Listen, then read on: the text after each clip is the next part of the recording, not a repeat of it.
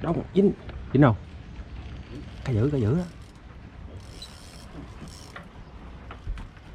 Giữ nha. Rình từ sáng giờ. Ôi ơi, con cá ba sa. Ôi ơi, cá dữ. Đây cá ăn chuối nha mọi người.